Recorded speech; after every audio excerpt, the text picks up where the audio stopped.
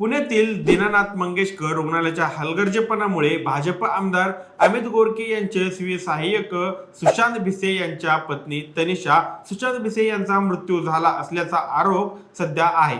सुरुवातीला अमित गोरके यांनी या बाबतीत आक्रमक भूमिका स्वीकारली होती, पण आता यात बदल झाला असल्याचं म्हणलं जात आहे। याच प्रकरणाहून शरद पवार गटाचे नेते आणि प्रदेश अध्यक्ष जयंत पाटील यांनी भाजप आमदार अमित गोरके यांच्यावर भूमिका बदलल्याचा आरोप केला आहे। एक्स वर जयंत पाटील यांनी ट्विट करत अमित गोरके यांच्यावर निशाणा साधला आहे। भाजपचे आमदार अमित गोरके यांचे आपल्या भूमिकेवरून युटर्न घेण्याचं कारण काय?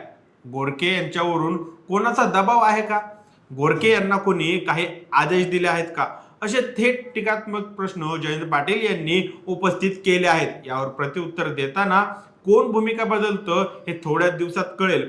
उलट हे प्रकरण मीच सर्वांसमोर आणलं आहे असं गोरके म्हणाले आहेत। पण यामुळे गोरके मुख्यमंत्र्यांचे जवळचे आहेत, यामुळे त्यांनी युटर्न घेतल्याची चर्चा आता रंगली आहे।